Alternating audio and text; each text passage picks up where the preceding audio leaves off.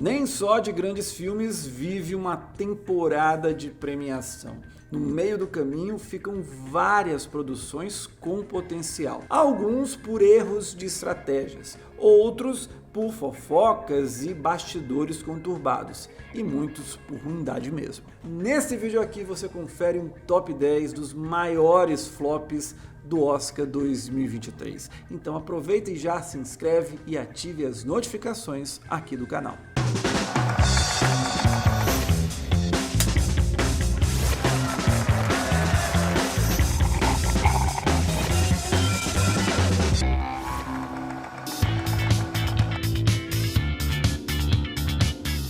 As cinebiografias são amadas pelo Oscar e o histórico do gênero mostra isso. De Gandhi, a teoria de tudo, passando por Bohemian Rhapsody até King Richard. Essa era a grande esperança de I Wanna Dance With Somebody emplacar na temporada.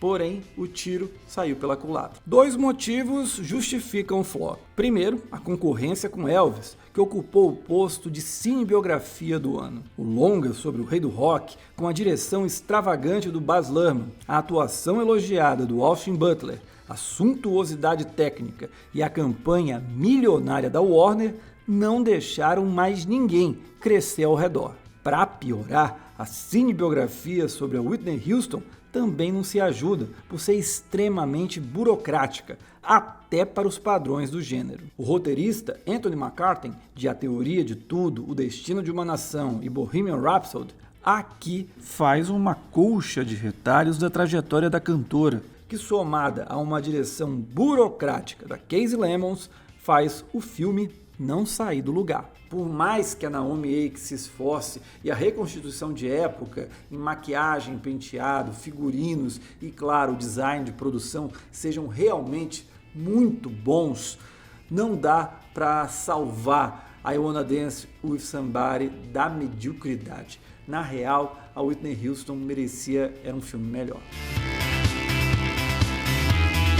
Continuando no setor das cinebiografias, Blonde foi uma verdadeira bomba. As primeiras imagens em preto e branco e a transformação da Ana de Armas em Marilyn Monroe despertaram pelo menos curiosidade em todo o público. A estreia em Veneza até foi boa, com 14 minutos de aplausos de pé, um dos maiores do festival de 2022. Mas quando a produção estreou na Netflix, ficou clara a bomba a que estávamos diante. Ainda que eu reconheça a ideia relativamente bem sucedida de criar uma sensação de pesadelo, o Andrew Dominik pesa a mão demais, deixando a linha de provocação para cair no mau gosto e até no desrespeito a Marilyn Monroe. Por isso que a campanha da Netflix para Ana de Armas foi incrível, um exemplo, porque conseguiu tirar o foco do filme e colocar só na atuação dela. É uma pena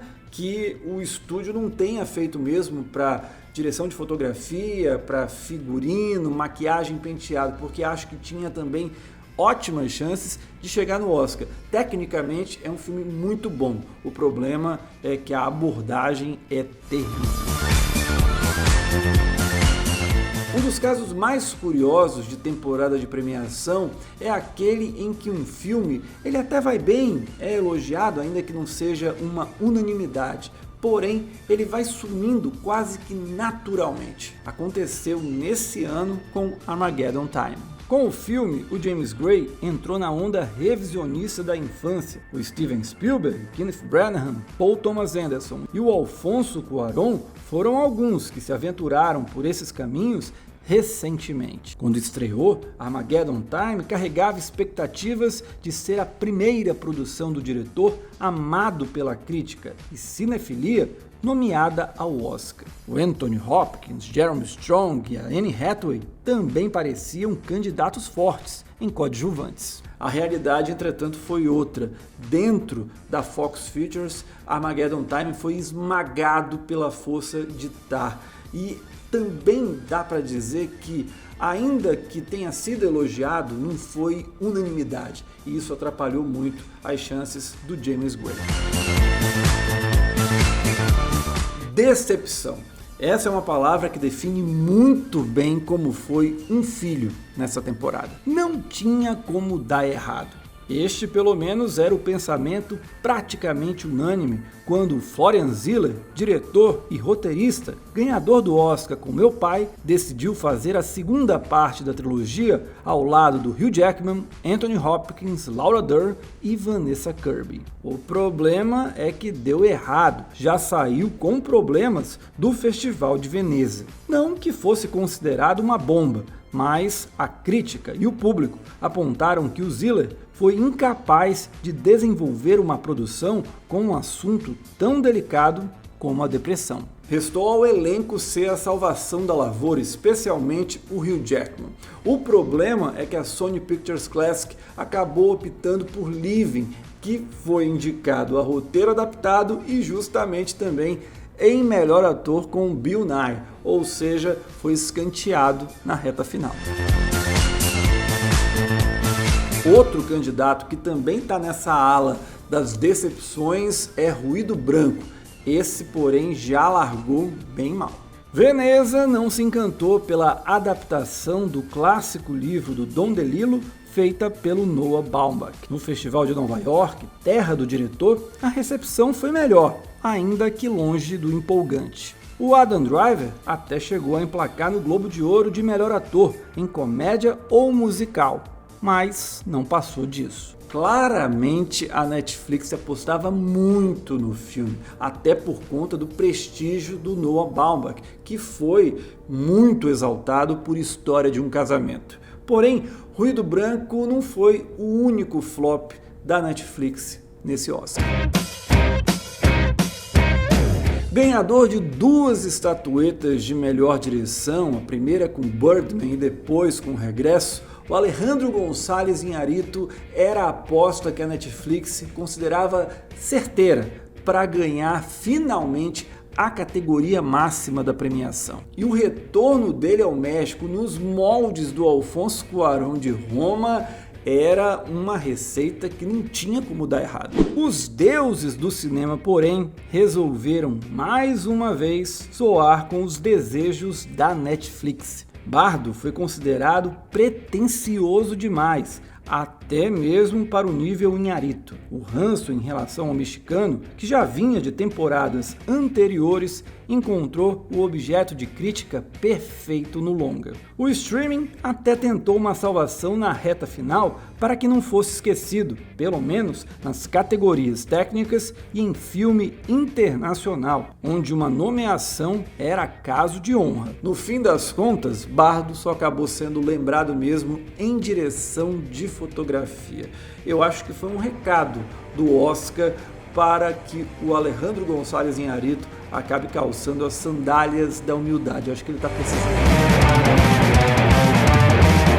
Uma fofoca no melhor estilo da Sônia Abrão e Léo Dias fez com que um candidato ao Oscar sucumbisse antes mesmo de ser lançado. O romance da diretora Olivia Wilde com o astro Harry Styles, somada à briga dela com a Florence Pugh, explodiram em Veneza, com direito a caras e bocas do Chris Pine nas coletivas e entrevistas. Dali em diante, ninguém mais ligou para Não Se Preocupe, Querida. O suspense até não foi mal de bilheteria, arrecadando 45 milhões nos Estados Unidos, mas não conseguiu fugir do noticiário de fofocas. Com o foco todo da Warner em Elvis, foi fácil descartar o suspense. Não que eu ame o filme, mas eu acho desproporcional o hate em cima de Não Se Preocupe, Querida. Sim, o filme tem suas falhas, o roteiro, a reta final é bem bagunçada.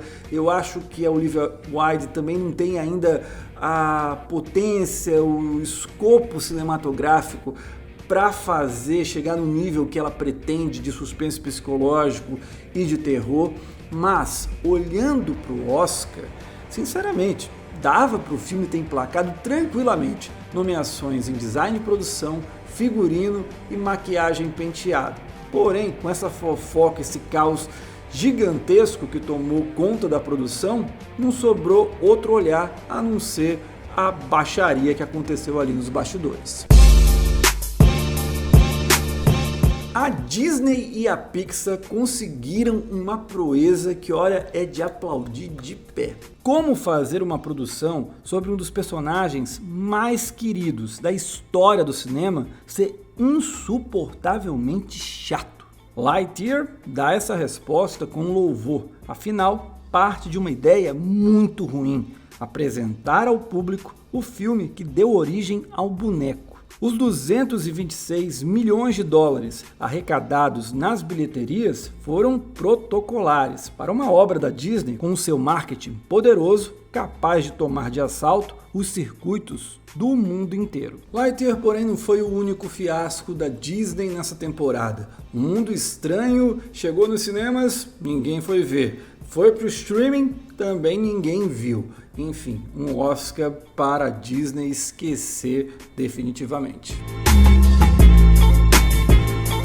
Nenhum flop, entretanto, foi maior do que Amsterdã nessa temporada de premiações. A cinefilia e a crítica nunca morreram de amores pelo David O. Russell, mas a academia insistia em prestigiá-lo ao dar espaço para filmes no máximo bons, como Vencedor, O Lado Bom da Vida e Trapaça. Se Joy já havia sido um despertado Oscar, agora, com Amsterdã, a paciência chegou ao fim. Nem mesmo juntando Christian Bale, Margot Robbie, John David Washington, Robert De Niro, Anya Taylor-Joy e quem mais pudesse foi suficiente para o truque funcionar mais uma vez. Amsterdã é tão ruim que precisa agradecer ter ficado fora do Framboesa de Ouro.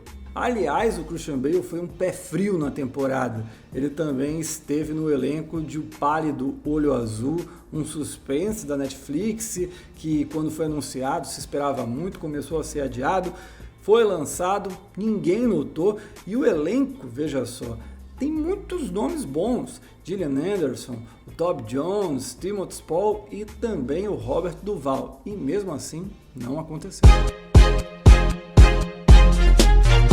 Por fim, sabe aquele time que entra com status de favorito, com tudo para ganhar, mas que acaba decepcionando e cai na primeira fase? Esse é o caso de Império da Luz. O Sam Mendes vinha forte depois de quase ganhar o Oscar com 1917. Já Olivia Colman se tornou uma queridinha da temporada de premiações desde A Favorita. O elenco coadjuvante tinha o oscarizado Colin Firth. Na equipe técnica, Roger Deakins na direção de fotografia, trilha da dupla Trent Reznor e Atticus Ross e montagem de Lee Smith, todos premiados pela Academia. Era um filme tão moldado para a premiação que a peste de Oscar bait caiu como uma luva. Quando Império da Luz foi lançado, isso ficou ainda mais escancarado, assim como a falta de habilidade do Sam Mendes em debater questões ligadas ao racismo. Gostou do vídeo? Então curte, compartilhe e, claro, se inscreve e ative as notificações. Sexta-feira, às 18 horas, horário de Brasília, tem vídeo novo aqui no canal do Cine7 no YouTube, é claro, falando sobre o Oscar. A gente se encontra, até a próxima, tchau!